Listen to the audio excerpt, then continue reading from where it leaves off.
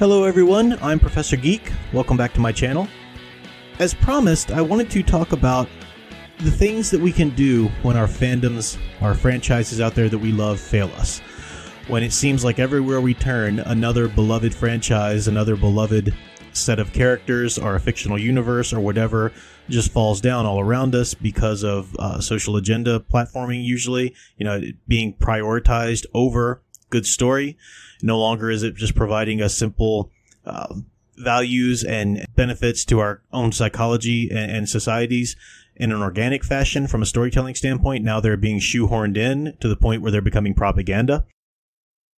So what do we do when that's happening? And to illustrate this, I'd like to reference a meme that I saw going around the internet a long time ago, and it was actually created by somebody. I saw this one person is the one who introduced it, and I wasn't able to find the meme again or even find that person, so I couldn't credit him if I did find it or show it, but I'll describe it anyway. Somebody took a picture of a toilet in a bathroom, and flying over the edge of the toilet bowl into that toilet, I think it was the Millennium Falcon first, and behind it was the Starship Enterprise, and the Millennium Falcon, it might be the other way around, but he's saying, hey, come follow me or whatever, and then a speech bubble from down inside the toilet bowl is coming out saying, I am Optimus Prime.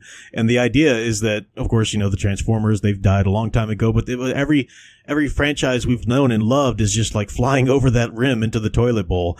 And sadly, that list has only grown larger by far since that meme was created.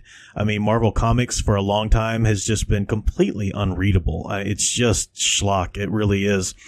DC Comics is one of the biggest tragedies in my life, period. The rebirth was just glorious. I was buying so many titles, trying to really keep pace with the entire universe. It was so glorious. And then Dan DiDio stepped in and just put the kill on all of that. Now it's dreary. Now we have Deceased in the year of the villain and all of this nonsense going on. And now, most recently, of course, the Marvel Cinematic Universe. That's been the biggest tragedy for a lot of people. This was the last bastion of storytelling that would not give in to that social justice platforming. It was primarily the storytelling aspects, for the most part, and it was a glorious thing. And now we've known, they've been very clear, and they've signaled to us every day. There's a new signal coming from them that they are turning the page and doing something different now. Now they want to do the social justice propaganda.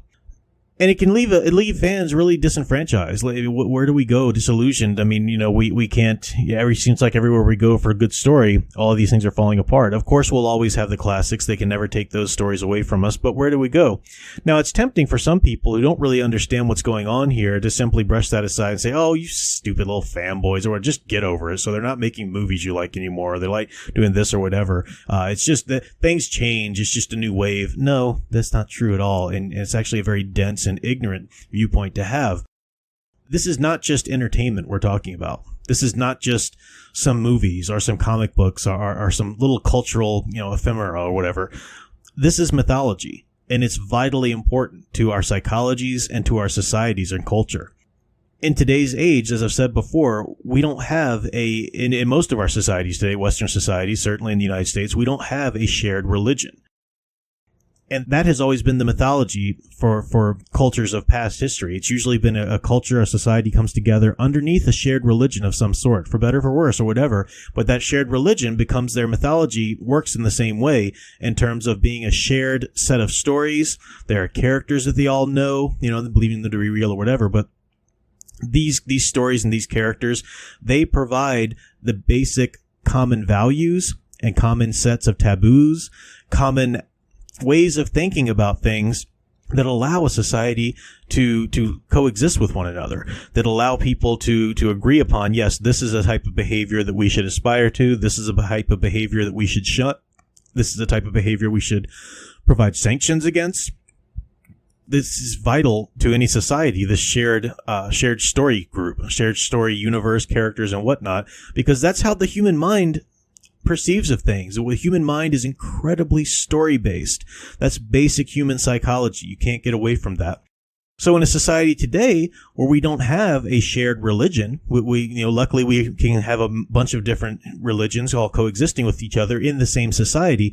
That's fine, but it's still vitally important that we have a shared a shared culture, a shared story group to some extent. We can have our differences. We can have our different quote unquote cultures or subcultures or whatever, but there needs to be a general shared ideas, shared values, commonalities, shared taboos and whatnot that come from our shared stories, our characters. And that doesn't mean that everybody in the United States knows all about superheroes and knows all the ins and outs and all of that, or knows all the ins and outs of Star Wars, or no, but we have enough of them, and there are enough of overlaps, and enough of your average people out there know certain basic tenets of these different stories. You know who Superman is and what he stands for. You know that Luke should choose the light side over the dark side of the Force. We know these general principles, even if we're not really into this or that fandom. And that is what's providing us the cultural fabric of our society and helping us to agree upon certain values, norms, and taboos to move forward. And the principle of mythology has always been that the storytellers, the ones creating these stories, respond to the public. They respond to those of us who hear the stories and partake of the stories. This is the case, as I've said before, the storyteller by the fire in tribal times or whatever. As he's telling his story, he's going to mold it and adapt it to the audience's feedback. If he tells it something funny that doesn't seem to land, or he'll scratch it the next time. If he comes to a moment that really engages the audience and brings them in intense or whatever, he'll play that up even more next time and so forth. So the story adapts over time, and the characters adapt and so forth to what the public needs them to be, what the public wants them to be and cries out for them to be. And then it becomes fixed in their consciousness and becomes an icon to that culture. And we talked about that before, of course, with the characters like Superman or Batman or whatever. These come to be, they have a formation period usually where they all the DNA to the character is there, Superman, for example, but he does adapt to the public's want of him to eventually fix into that place of the iconic cultural icon that he becomes. So that we didn't necessarily have the bastion of truth, justice, and the American way right off the bat in the very first Action Comics there. All the DNA was there, as I said, but this was a character who was a lot more tricksterish, going after corrupt politicians more than the symbolically loaded supervillains, and couldn't even fly, had different elements of his story eventually added, things that were tried out, and then when the audience responded to them, the storytellers were smart enough to go ahead and move in with this and allow, yes, the Kent should raise Clark Kent. That makes more sense. Yes, we do need to have him fly. Yes, we do need to make him stand for truth, justice, and the American way, and so forth. So the storytellers have to listen to the audience. That's the biggest difference with what's going on today, is that storytellers are no longer listening to feedback. They are determined, and they will double down on their own agendas now in the storytelling. They won't listen to feedback anymore. And that is what's going to kill these franchises. And those of us who are fans and dearly love certain franchises, we see it already, but popular culture will see it soon. It'll take a little while for the omens to play out, so to speak, and for the money trails to run out and whatnot, but that's still going to happen. And we've seen it in the comics world. I mean, Marvel Comics is dead.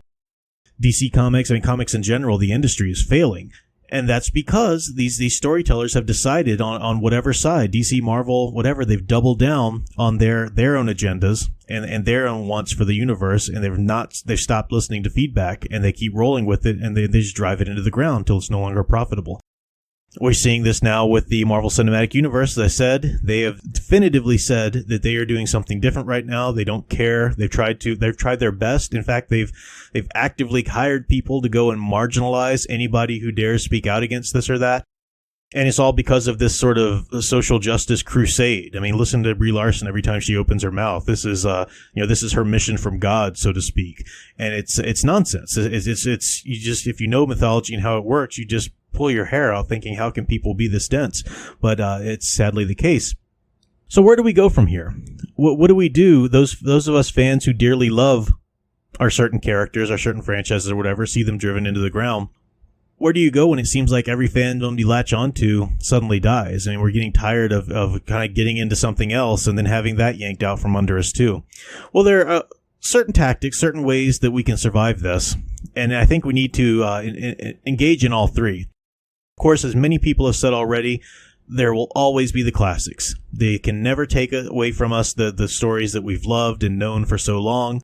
I will always have my DC long box. I will always have the wonderful stories that were told over decades, and this is a shared universe even, and it's wonderful. You can go revisit the stories that you've already read or watched in terms of films or whatever, or television series, and you can discover the other ones that you've known about but just never really had the time to engage in. I mean, DC and Marvel have long histories of publishing, so there are so many lines out there, and these are interconnected stories. So that you still have those out there, and no one can take that away from you. Star Wars has the expanded universe that I've just been in awe over lately, and finally really getting into it, playing Knights of the Old Republic now, and it's just wonderful going through the books and comics. So there's always that out there.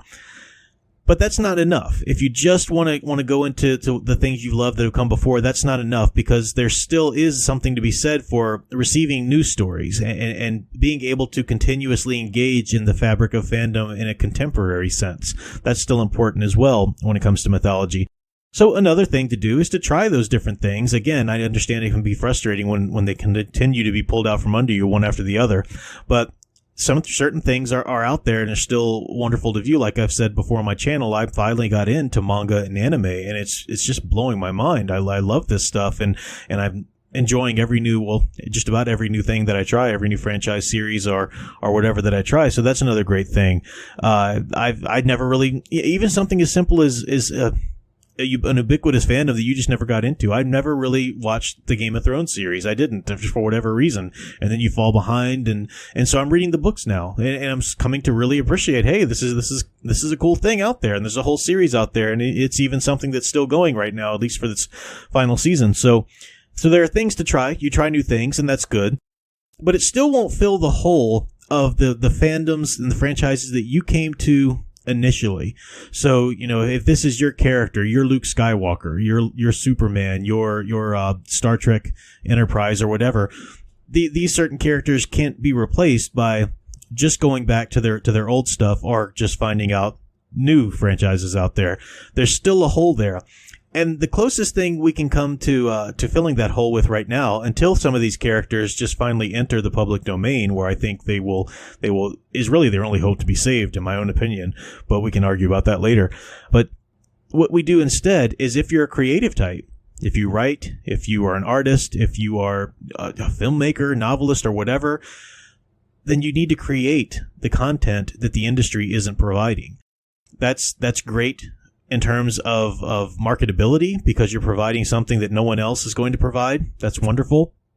The platforms are out there for that now, with the Indiegogo, with social media being such a great way for creators to get in touch with fans.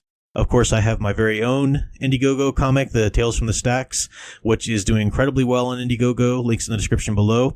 But the great thing about these Indiegogo campaigns is if you hear about one and it's not really your cup of tea, you hear about two or three and they're not really your cup of tea, you can go ahead and try another one. There's that kind of variety out there. So if you can't create, if you aren't a creative person and you aren't the type of person to be able to tell these stories, then you can at least go support them. You can find something new, because this is where those holes are being filled, and those gaps are being filled for the types of characters, the type of archetypes and whatnot. Again, hopefully we'll either have some creators who truly understand these characters come into power with the copyrights of them, or certain ones will go into the public domain or whatever, and we can truly have the actual characters and the actual stories we're missing back. But until then, we can at least have those archetypes filled. We can have those types of stories that we're wanting filled that might not be filled necessarily by going to something like manga or older stories. It's vitally important, and it's such a wonderful community that's happening right now in the indie world, and it's going far past just comics as well. I mean, the indie movement for music, of course, and films and different things is starting to really ramp up, and the internet's a part of that, and the ability for people to no longer have to rely on the larger production companies or the publishing houses. And it's important. It's important not only to our society's survival in terms of a culture and in terms of trying to push the right things, because that's what these people who are driving our fandoms and franchises into the social justice agenda, that's what they're doing. They're trying to preach. They're trying to say, no, this is what we want to create your society to be. This is what we want to make your culture to be. And oftentimes that's not necessarily the society or culture you want, but even if it is, that's not the way to achieve it, because that just becomes propaganda. Propaganda never sets in the hearts of man like art does. It does not resonate. It does not do the actual job it wants to do like good, true, organic art will do. So that's the problem. But we tell our stories and we fill these gaps on our own. It's good for society, it's good for culture, but it's also good for your own personal psychology, because these heroes out there, these are the ones that teach you how to respond to the tragedies of life. These are the ones that teach you how to deal with your struggles and what to aspire to, what to struggle for. When these characters, when these stories, when these universes and archetypes are portrayed in the right manner, then they're immensely important and they're vital to a healthy individual as well as a healthy society. And I know that might sound hyperbolic, but it's not. That's the way mythology works. So those are my thoughts on how to survive this. I will be continuing to review and talk about all of these different fandoms that I find. I'll continue to talk about my own original work, of course. Tales from the Stacks is far from the only one. I'm already working on the next title and getting things in order for that campaign. I'll continue to call out the nonsense of the current industry. I will be back with so many more videos on the comics and on the films, and if you think that I'm done talking about Little Miss Brie Larson, you are sorely mistaken. So I will see some of you whiny little bitches in the comment section of future videos, because yeah, I'm not going to stop, and we can't stop. We can't stop both pointing out the problems and providing solutions as well. So that's all for now. Stay tuned for more. Thanks for watching, and until next time, keep enjoying and digging deeper into the hero stories that you love.